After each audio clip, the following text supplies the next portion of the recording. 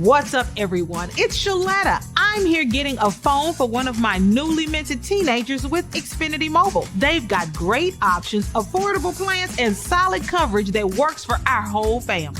With Xfinity Mobile, my daughter can stay connected with me wherever she goes. And did you know when you sign up, you can get an extra phone line free for a full year? Switch to Xfinity Mobile today for more savings, more smiles, and more ways to stay connected. It's Not Your Fault is a podcast for parents, caregivers, and young people navigating the world and its challenges. Here's your host, Brandon Jones. Greetings, everyone, and welcome back to another installment of It Is Not Your Fault, a teen mental health podcast. I'm your host, Brandon Jones, and in today's episode, we're talking about bullying.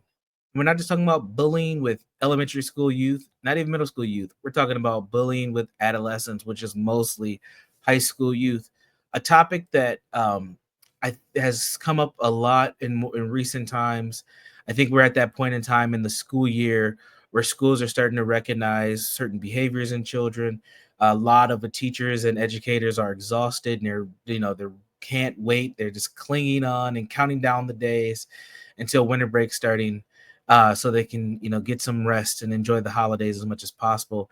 But the topic of bullying has come up pretty significantly in recent weeks here, and I wanted to cover it here on the podcast because it is a issue that continues to fester. It's always been a part of the educational experience here in the United States, but it has taken many different forms and shapes over recent years with the advent of the internet.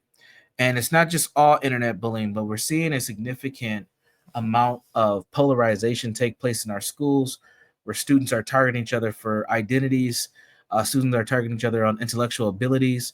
Students are targeting each other based on their interest and what they like to do. It has manifested itself to something bigger than I'm a bigger kid than you are. Let me bully you and take your lunch money. That's the old school way of bullying. The new school way of bullying is almost like a rites of passage for some students. And it's sometimes a daily activity for others. So it's a very, very, very significant topic that I don't think we talk enough about until your child goes through it yourself. So helping adolescents cope with bullying at school and online. So bullying, whether it's in person or online, has far reached the effects of adolescents' mental health and emotional health. It's not just an issue of schoolyard disagreements. It is a significant concern with long-term consequences for young people and their well-being. Addressing bullying requires us to understand its impacts, recognize its signs, and take proactive steps to support young people. Here are the impacts of bullying on the mental and emotional health of a young person. So let's start with mental health, because that's the biggest focus. And I want to be very clear. A lot of times we get mental health and emotional health misconstrued. There are some overlaps, but these are two different understandings of psychological well-being. Mental health talks about the cognitive abilities to withstand things, or sometimes the cognitive abilities not to. It talks about the depression, the anxiety, etc. Emotional health is more on the mood and how people feel. Yes, I know that those things kind of get interchanged all the time, but there's two things going on here. Sometimes you have young people who are having emotional health issues and needs, still can see a therapist or a counselor, but they might not be having an actual mental health need. So it's important for us just to understand the difference between the two things. So let's talk about mental health first. Mental health victims often express increased anxiety, depressive, and low self-esteem like symptoms. Over time, bullying can contribute to conditions such as PTSD or even social phobias, where young people are scared to go to the playground, go through a walkway or hallway, scared to go into a classroom, be in large groups, be on an elevator, go up a stairwell. There's a lot of different things that mental health challenges can appear when bullying is taking place. The next area is emotional well-being. So contrast stress from the bullying consistent stress from the bullying can lead to feelings of isolation, hopelessness, anger, and potentially affects relationships with families and with peers. So it's just that mental turmoil that a young person can have and go through, where they're continuously being bullied and pushed and prodded and told that they're nothing and talked about and laughed at. that starts to weigh on a young person. It weighs on adults. It definitely weighs on a young person's heart and how they feel and what they're able to do moving forward. Then we have behavioral changes as well. Behavioral changes. So with adolescents, typically what you're going to see is withdrawal take place first.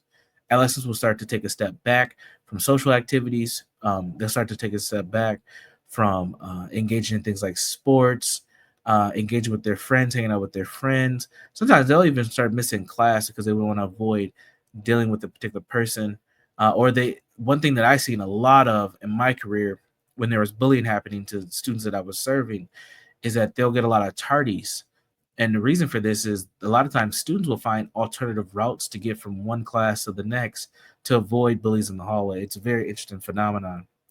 So again, behavioral changes is something to pay attention to. Pay attention very closely to withdrawal, and sometimes you may see a young person who's taking a dip in their grades, or even engage in risky behaviors such in like stealing.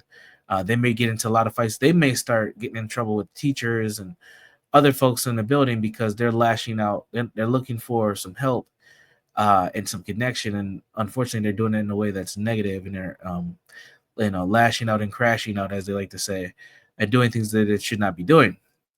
And then also, this risky behavior is a form of coping.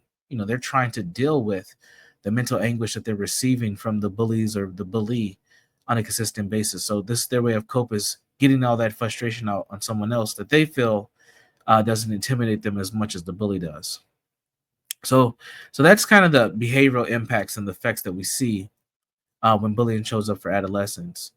Also, we can't negate the fact of how this bullying is intersectioned through the community, the school, and online. So bullying manifests differently depending on the setting, but each environment has a unique role in addressing and preventing bullying for young people. Let's talk about those roles that all that both community, schools, and online have. So, community. Let's start with community first. Bullying in a community space often involves cliques or groups targeting individuals' perceived differences in values. Sorry. So some signs of this are, avoiding social groups, skipping, community events, expressing fears of certain people, and some strategies to deal with this are encouraging community-based programs and promoting inclusion amongst the teachers and other adults in the building, um, and things that they can help reduce conflict. Again, this is difficult because we're asking educators to do more than they're already doing, and they're doing a lot. But this is an opportunity for after school programs or folks like you. If you have a good idea, you can even wrangle up a few kids that maybe like, your kids' friends and start having these kind of small talks after school where you share a snack or a meal. And you engage in conversation on how to do with this, how to deal with that. Why do you think this? Why do you think that? And just have a kind of verbal discourse to help them, move through some of what they have going on and help them think about how bullying shows up in their lives a lot better. So that's the community. Schools, schools remain a hotspot for bullying. It includes verbal, physical, and other forms of aggression. A lot of signs of bullying at school. You notice young people avoiding school, having a lot of tardies, unexplained injuries. So kids come home with, ripped clothes, scratches, bruises, and you're like, what happened? And they're like, oh no, I just fell, or oh, I got caught on this thing. And it's like they're making up excuses to not tell that they're being physically assaulted. And then also declining grades, obviously, is something that we can pay attention to when it comes to school bullying. So, what can we do in these situations? What are some strategies with school bullying? Schools should establish a peer mentoring program to address conflicts. This can be challenging if your peer mentor doesn't agree with things, or maybe they do agree with the way things are going. It can be hard for a young person. But what this is highlighting is at least having one person in your school that you trust enough to connect with if things get tough or some situation happens. Sometimes that can be an adult, but for the most part, it's going to be a peer of yours, someone that the young person goes to school with. Teacher training, always being equipped with what they need to address anti-bullying behavior is helpful. Teachers need a lot of training to maintain their licensure, but they don't always have a lot of time to get it. And that's the reality and the name of the game today. But it is something that we need to factor into this whole dynamic. And then parental involvement. encouraging parents and caregivers to be connected back to the school is important. Maintaining open communication for what's happening in school, and also for the families that maintain some communication what's happening outside. So there's a more of a collaborative effort taking place when helping these young people. Then the third place we're going to cover today, where bullying takes place, is online. Obviously, we talk about online activity in young people all the time because they are connected. This is the connected generations, because we have the second half. Well, yeah, we have the second half of the millennials. We have the Gen Zers and the alphas that are coming up. The alphas that I always like to joke about because my kids are alphas and they are a different bunch. It's a different bunch. We are resetting humanity right now, and technology plays a huge role in that. So the anatomy of the internet amplifies the impact of bullying. So people can be anonymous; they don't have to show up who they are, and making it persuasive and inescapable for many young people. Some signs that you may have a young person who's dealing with online bullying. They may have sudden withdrawal from social media. They may change in their online behavior, whether that's playing video games, phones, tablets. There's a huge change, and then there's a regular they like to there's a kind of reluctance to being on their devices. Maybe another thing too. All of a sudden, they just stop. They just stop doing things, and you're like, "What happened? What's going on?" Chances are something was going on that could involve some level of bullying for them. So, what are some strategies? Digital literacy is something that you're going to hear a lot more about from myself. I may talk about this on one of the future podcasts. Digital well-being is another term that I would highly encourage folks to start researching now, because it's going to be one of those household terms when it comes to things like bullying and being safe online. Monitoring tools. Parents can use apps or just have your own habits and patterns to check what are my kids engaging in online. What do I need to know? And also be aware of what the apps are in your kids' phones and their tablets. A lot of the apps that can be harmful or that lead to harmful things, they don't have a warning label on them. It's just the app on the phone. So be familiar with what apps are downloaded. If you have an Apple account, you can see all that from your own phone. What everybody else is, if you have the family sharing thing connected, you can see what apps are on their phones and their iPads and things of that nature. And then the last thing that I'll say around the online thing is this community guidelines enforcement is what's being called, where we are advocating for platforms to enforce stricter anti-bullying policies. That's a long range one. You're probably better off doing the first two versus waiting for the system change, but that doesn't mean you shouldn't support the system change because it takes longer. We got to do something to protect our kids, and the best thing I think we can do is be models, be intentional with our actions, and then advocate for ourselves with all these big structures that are there. So, here are just some final tips before we close out the podcast for you as a parent or caregiver to assist. Four things. Number one, open up a line of communication, be authentic with the communication. Don't be afraid to ask questions, and allow space for the young person in your life to talk. A lot of times they just don't feel heard at all because we talk over them or we railroad them with things. Be patient when you're creating that open communication. Number two, build your emotional resiliency so you can model how the young person can build theirs, and you can teach them how they can build theirs as well. So teach coping skills such as mindfulness, journaling, and also allowing them to understand it's okay to ask for help if they need help, not with the homework assignment, but with their own mood, feelings, and behaviors.